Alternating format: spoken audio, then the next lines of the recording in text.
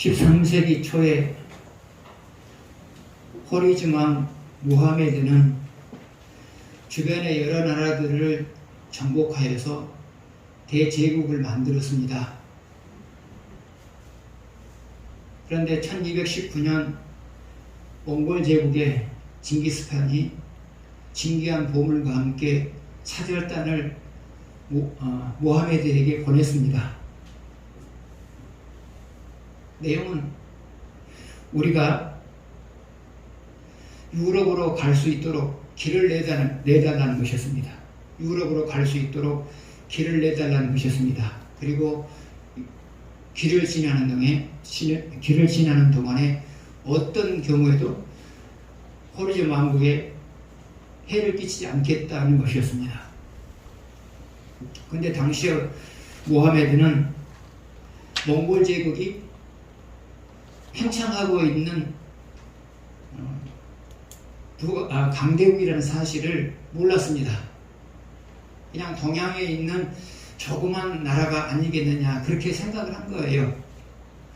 그래서 내심 기분이 나빴어요. 자기들은 대제국이고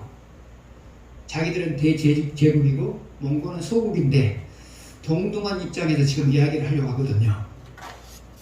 그래서 모하메드는 기분이 언짢은 나머지 징기스칸이 보낸 징기스칸의 제안을 거절해버리고 맙니다.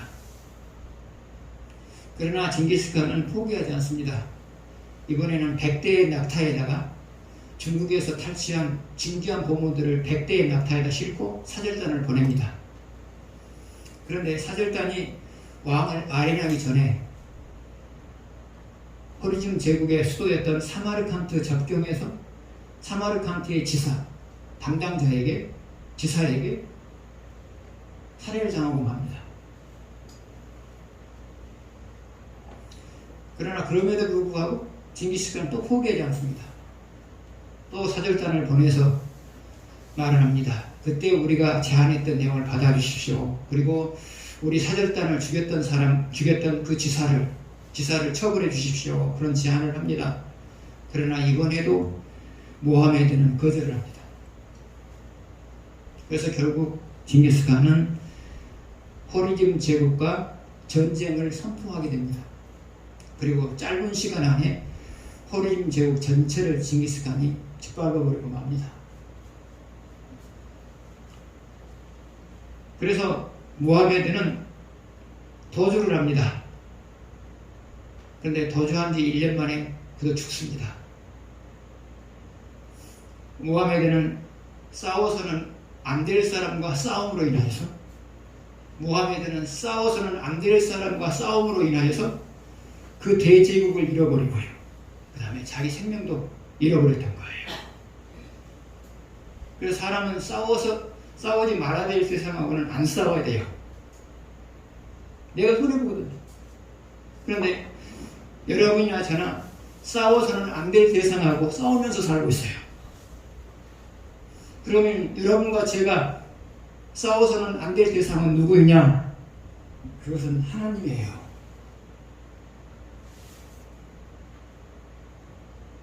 하나님하고 인간이 싸울수록 손해보죠. 그럼에도 불구하고 여러분과 저는 하나님과 싸우면서 살고 있어요. 그러면 여러분과 제가 하나님과 싸우면서 사는 모습은 뭘까요? 어떤 상황이 주어지면 하나님께서는 여러분에게 실천해야 될 말씀을 떠오르게 만들어요. 어떤 상황이 주어지면 하나님은 여러분에게 실천해야 될 말씀을 떠오르게 만들어요. 그런데 그 떠오를 말씀을 받아들이면 여러분은 하나님과 연합하는 거고요.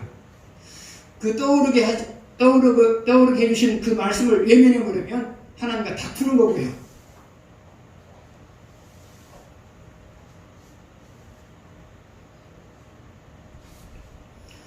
여러분이 이 세상을 사는 동안에 고난이 왔던 이유가 뭐냐? 그것은 하나님과 늘 다퉜기 때문이에요. 여러분이 하나님과 연합했더라면 여러분의 삶 속에 좋은 일들만 있었어요. 그러나 여러분이나 저나 가끔 하나님과 다투면서 살았단 말이죠. 아직도 여러분과 저도 다투고 있는 부분이 있을 수도 있어요. 다투시면 안 돼요. 하나님과 다투시면 안 돼요. 다투시면 우리가 손해를 봐요. 그러나 여러분이 하나님이 떠오르게 하는 말씀을 받아들임으로 인해서 하나님하고 연합되게 되면 하나님은 여러분 인생을 책임져요. 그래서 여러분이 인생을 잘 살아내느냐 잘 살아내지 못하느냐는 하나님과 연합하느냐 아니면 하나님과 다투면서 살아가느냐, 그것이 문제란 말이죠. 하나님이 말씀을 떠오르게 하시면 받아들이십시오. 그리고 실천하십시오. 그래서 여러분의 삶이 늘 형통하시기를 바랍니다. 2절 보시겠습니다.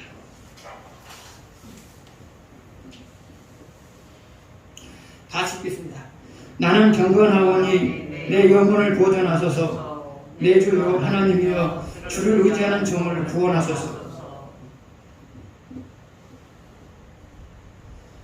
2절 앞부분을 보게 되면 나는 경건하오니 내 영혼을 보존하소서 그랬어요.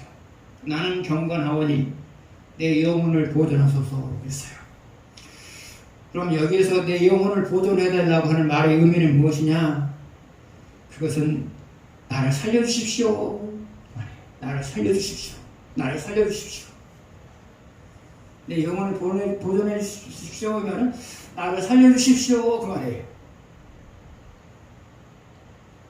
그러므로 이 시편을 기록하신 분은 지금 목숨을 잃을 위기에 놓여 있는 거예요. 목숨을 잃을 위기에 놓여 있는 거예요. 그래서 지금 이 시편을 기록하신 분이 목숨을 잃을 위기에 놓였을 때 하나님 나 살려주십시오 라고 지금 기도하고 있단 말이죠. 하나님 나 살려주십시오 라고 기도하고 있어요. 그러면 이 사람이 기도한 근거는 뭐였어요? 그 기도한 근거는 뭐였어요? 앞에 나와 있죠? 나는 경건하오니. 나는 경건하오니 그랬어요. 하나님 나 살려주십시오. 내가 하나님 앞에서 경건하게 살지 않았습니까? 예, 그 말이에요. 하나님 나 살려주십시오. 내가 하나님 앞에서 경건하게 살지 않았습니까? 이게 그 말이란 말이죠.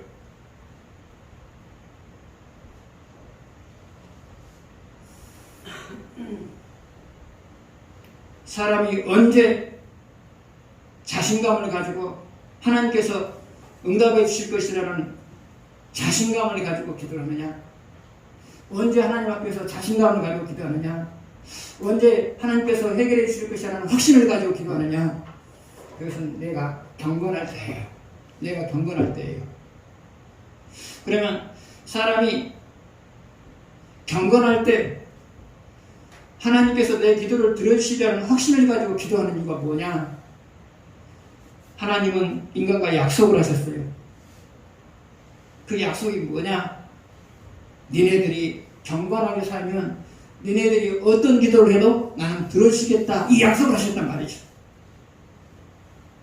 그래서 이 시편 기자는 하나님 앞에서 경건하게 살고 있단 말이죠. 그렇기 때문에 지금 목숨을 잃을 수 있는 위급한 상황에서도 나 살려주세요. 그 기도하고 있어요. 살려주세요. 살려주세요.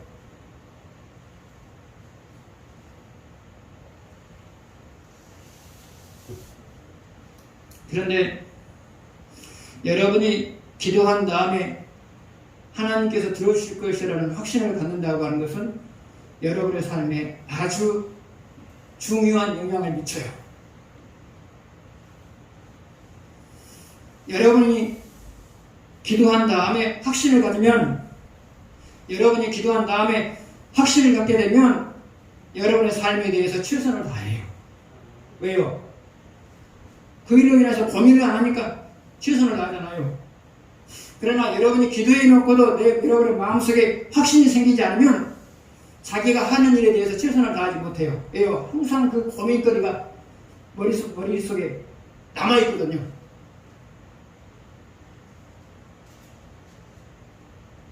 그래서 때로는 여러분이 일을 하다가 멈추고 멍할 때가 있죠? 일을 하다가 멈출 때 멈춰있는 이유가 뭐예요? 그 고민거리에 사로잡혀가지고 일이 손에 안 잡히는 거예요. 그래서 여러분, 기도한 다음에 확신을 갖는 것은 아주 중요해요. 왜 중요하다고요? 확신을 가지면 자기 삶에 대해서 최선을 다하는 거고요. 왜요? 하나님께 해결해 주고 있으니까. 그러나 그 확신이 없으면 자기 일에 대해서 최선을 못해요. 왜요? 여전히 고민하거든. 여전히 고민하거든요. 그래서 여러분, 자기 삶에 최선을 다하시려면, 어떤 상황에서도 자기 삶에 대해서 최선을 다하시려면 경건하게 사셔야 돼요. 경건하게 사셔야 돼요.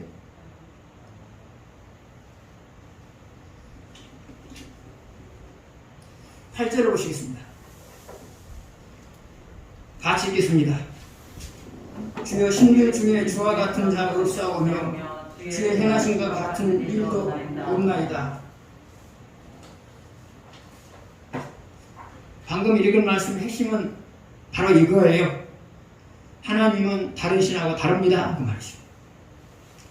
하나님은 다른 신하고 다릅니다.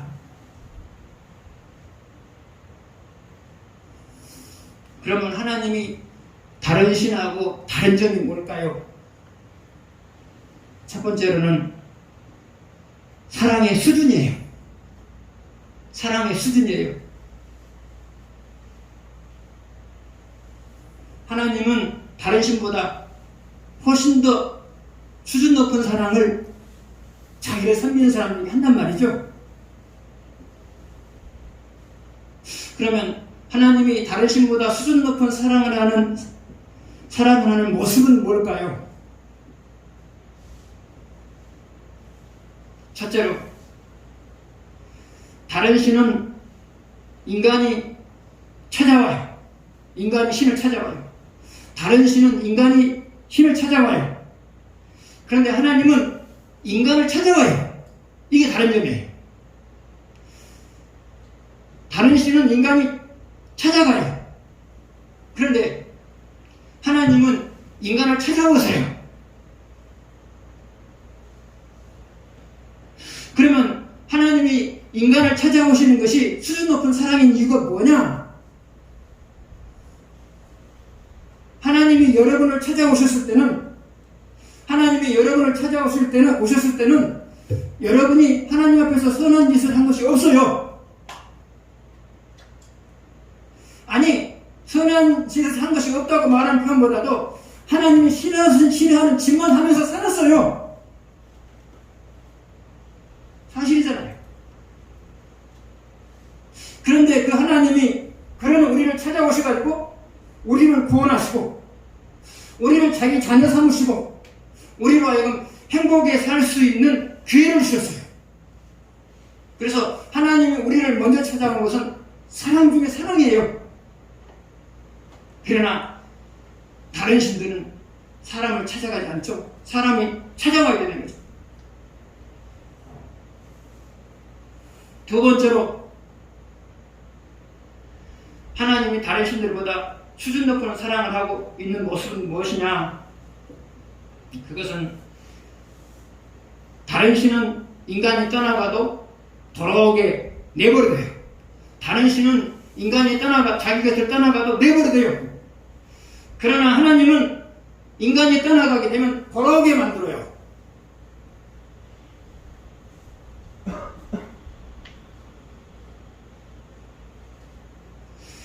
그러면 하나님이 자기를 떠난 사람을 돌아오게 만드는 것이 사랑인 이유가 뭐냐?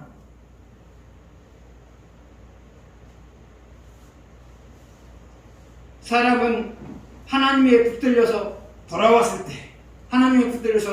때 그때부터 말씀을 근거로 한 삶을 살아가요. 말씀을 근거로 한 삶을 살아가요. 근데 사람에게 있어서 가장 가치 있는 삶은 말씀을 근거로 살아가는 모습이거든요. 가치 있는 삶은 말씀을 근거로 살아가는 모습이거든요. 여러분도 그렇게 느끼시죠? 신앙이 성숙해 가면 성숙할수록 말씀을 근거로 살았을 때, 내가 오늘 사람답게 살았다 그런 생각을 하잖아요. 그러시죠? 그래서 하나님께서 여러분을 돌아오게 만든 이유가 뭐냐? 말씀을 근거로 사람답게 살게 만들기 위해서죠. 두 번째로, 하나님이 여러분을 돌아오게 하는 것이 사랑인 이유가 뭐냐? 하나님에 붙들려서 여러분이 하나님께 돌아왔을 때 하나님은 여러분에게 행복하게 살아가는 데 필요한 모든 요소들을 주어요.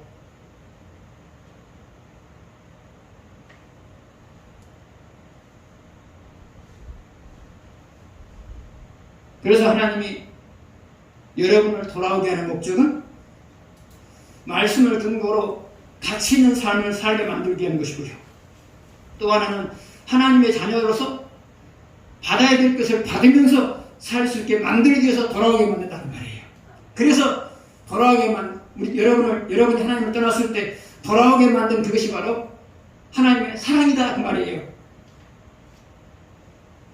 그러면 여러분이 하나님을 떠났을 때 여러분이 하나님을 떠난 모습이 뭐죠? 여러분 들으면서 나는 안 떠나는데? 그럴 수 있잖아요. 하나님을 떠났다고 하는 건 다른 거 아니에요. 말씀을 외면하는 삶을 살고 있으면 그게 바로 하나님 떠난 거죠. 그게 떠난 거지 뭐. 그런데 하나님께 돌아오게 만드니까 또 회개하고 하나님께 돌아오잖아요. 우리는 이것을 감동하며 살아가요. 나는 하나님 안 떠났다. 그런 사람 어디가 있어요? 저도 떠났는데. 저도 떠났다가 돌아오고 떠났다가 돌아오고 그러는데.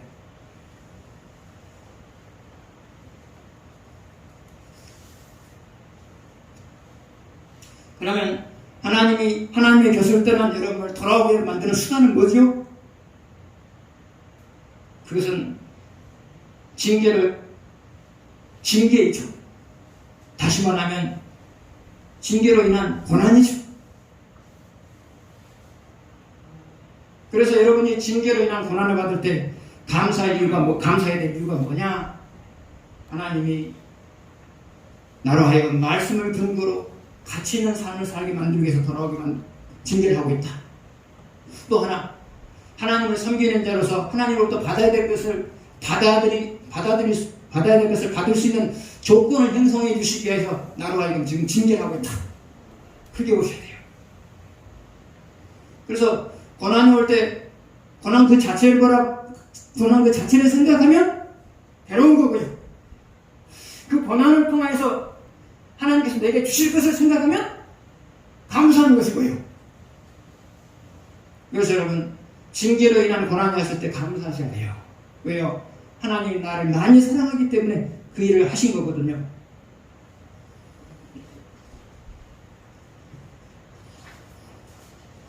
두 번째로 하나님과 다른 신 사이에 다른 점은 뭐냐? 그것은 능력의 차이예요. 능력의 차이예요.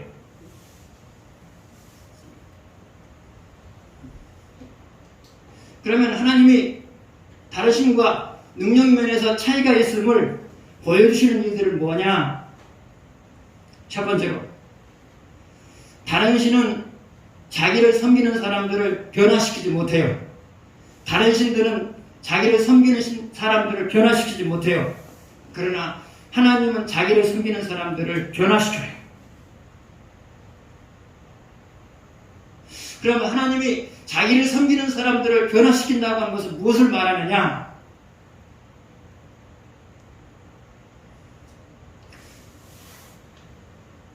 각 사람의 수준에 따라서 말씀을 주시고 하나님이 각 사람의 수준에 따라서 말씀을 주시고 그 말씀을 실천하도록 만드는 것, 이것이 바로 변화예요.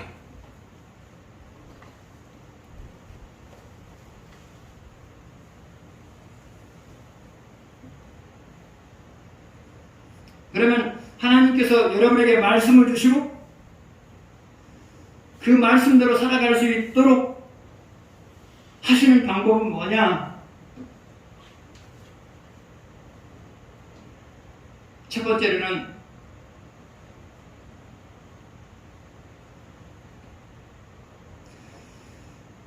받은 말씀을 실천하는 것이 당연하다는 생각을 갖게 만들어요. 받은 말씀을 실천하면서 살아가는 것이 당연하다는 생각을 갖게 만들어요. 그러면 그 생각을 갖게 만드는 것은 뭐냐? 첫 번째로 하나님이 이 세상을 만드시고 사람을 만드신 목적이, 하나님이 이 세상을 만드시고 사람을 만드는 목적이 사람으로 하여금 말씀을 실천하는 모습을 보고 싶어서였어요. 다른 거 없어요.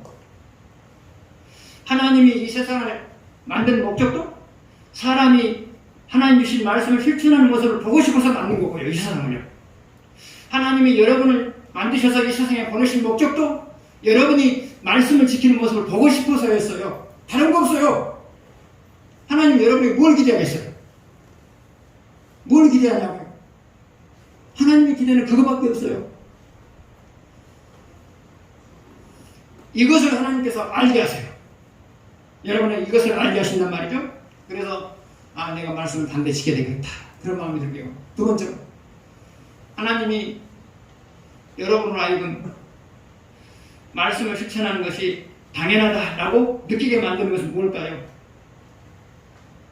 말씀을 실천하면 형통하고, 말씀을 실천하면 형통하고, 말씀을 외면하면 공부하게 만들어요. 그래서 내가 말씀을 반드시 지켜야 되겠구나, 그 생각을 하게 만든단 말이죠.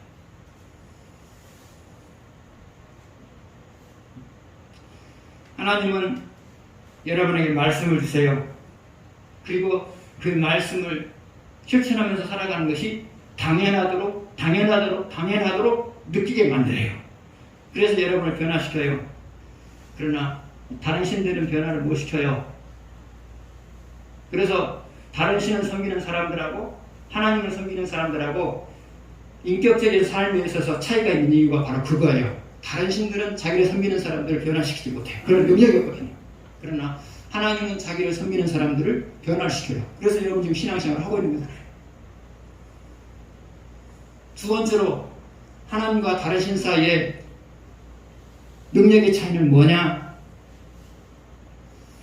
다른 신들은 인생의 문제를 해결해 주지 못해요.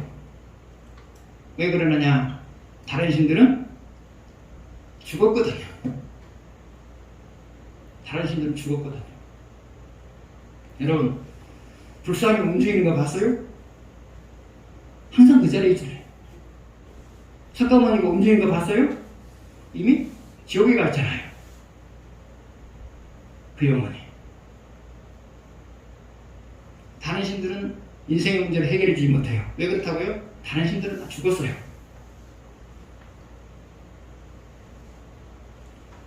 그런데 하나님은 살아계세요.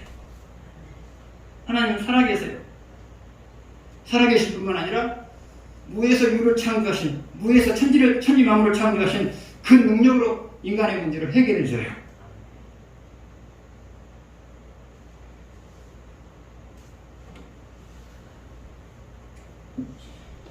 하나님은 다른 신과 달라요. 사랑의 수준에서 차이가 있고요, 능력의 수준에서 차이가 있어요.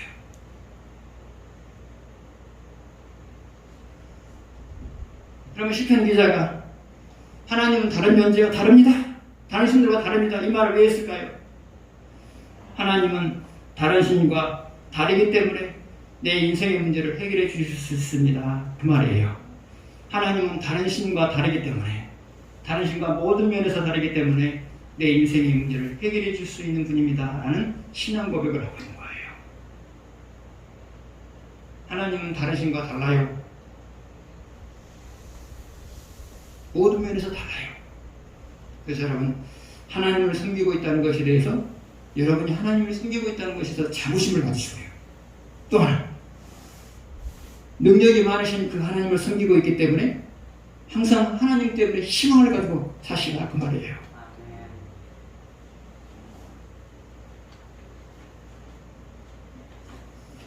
구절을 보시겠습니다.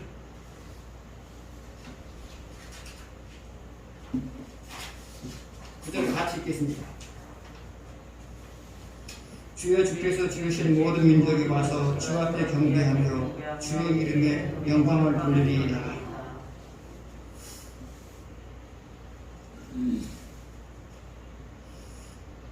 주께서 지은 모든 백성이, 그랬어요. 주께서 지은 모든 백성이.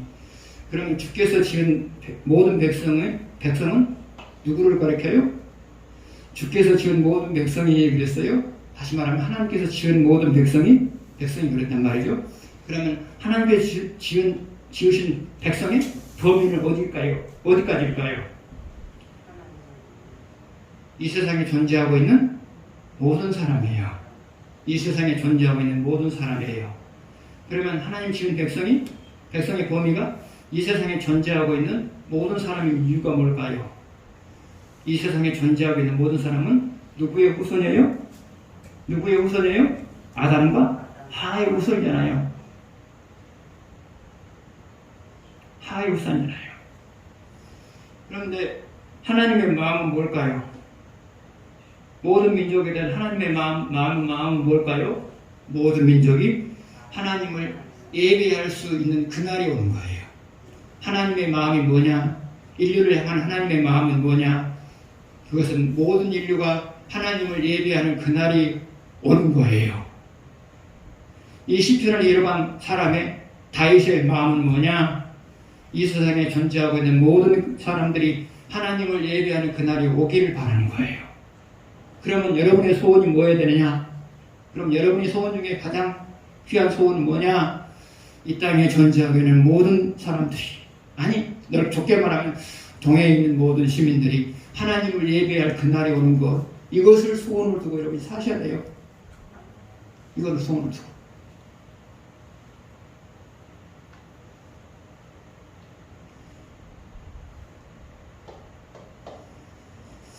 여러분이 하나님의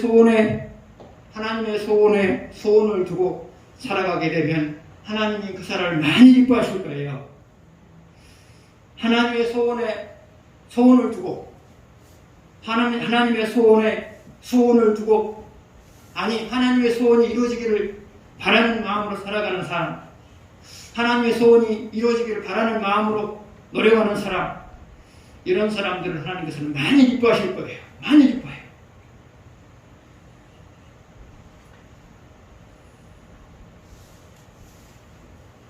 그러면 이런 사람들에게 나타나게 하실 일은 뭐냐? 하나님께서 나타내 주시는 일이 뭐냐? 그것은 사람이 해낼 수 없는 일들이 나타나요. 사람이 해낼 수 없는 일들을 하게 만들어요. 왜 그래요?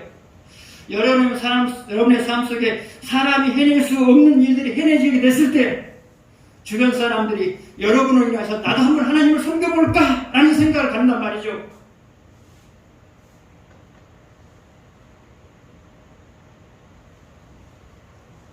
그래서 여러분, 하나님의 소원 중에 가장 큰 소원은 이 땅에 존재하고 있는 모든 사람들이 하나님을 경배하는, 하나님을 예배하는 그날이 오는 거예요. 여러분이 품어야 될 소원 중에서 가장 큰 소원은 뭐냐? 하나님의 소원이 이루어지기를 바라면서 기도하고, 하나님의 소원이 이루어지기를 바라면서 내가 할 수 있는 범위에서 노력하는 거예요. 여러분이 이런 마음을 가지고 살았을 때 하나님은 여러분의 삶 속에 사람이 해낼 수 없는 일들이 해내지게 만들어요. 왜 그렇다고요? 여러분의 삶이 되어지는 모습을 보면서, 안 믿는 사람들이 나도 한번 하나님을 섬겨볼까, 그 마음을 갖게 되기 때문이죠. 그래서 여러분도 마음을 하나님의 소원에 관심을 주십시오. 내가 뭔가를 할 수 없어도 상관없어요. 기도만 할 수 있다면 기도만 하시고요. 기도만 할 수 있다면 기도만 하시고요. 움직일 수 있다면 움직이시는 거예요. 그리고 여러분, 지혜로운 기도는 뭐냐? 지혜로운 기도는 뭐냐? 몸이 아파서 힘들면 하나님, 나를 낫게 해주심을 통해서 내 주변에 있는 사람들이 하나님을 살아있다는 것을 알게 해주십시오 라고 기도하는 거예요. 여러분, 기도를 하도록 지혜롭게 하세요. 내가 해결할 수 있는 인생의 문제를 만났을 때도 해결해 주세요, 그렇게 기도하지 마시고요. 내가 해결할 수 없는 내 인생의 문제가 해결됨을 통하여서 주변 사람들이 하나님을 섬기고 싶은 느낌을 갖게 해주십시오. 섬기고 싶은 마음을 갖게 해주십시오. 그렇게 기도하시는 거예요, 여러분.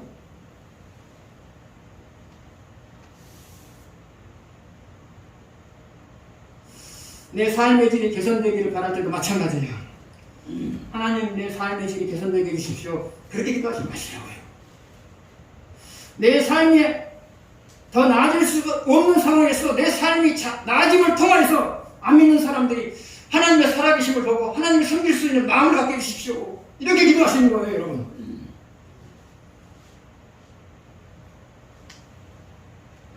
여러분, 인간관계에서도 그렇잖아요. 똑같은 말을 해도 이쁘게 말하는 사람 있고요. 똑같은 말을 해도 이쁘게 말하는 사람 있고요. 똑같은 말 하는데 거슬리게 말하는 사람 있고요. 기도하더라도 여러분, 이쁘게 기도하세요. 하나님, 내 힘으로 내 인생의 문제 해결 못합니다. 그런데 하나님, 내 인생의 문제가 해결됨을 통해서 안 믿는 사람들이 하나님을 섬길 수 있는 계기를 만들어주시기 위해서 내 인생의 문제를 해결해 주십시오. 그렇게 기도하시라고요. 지혜롭게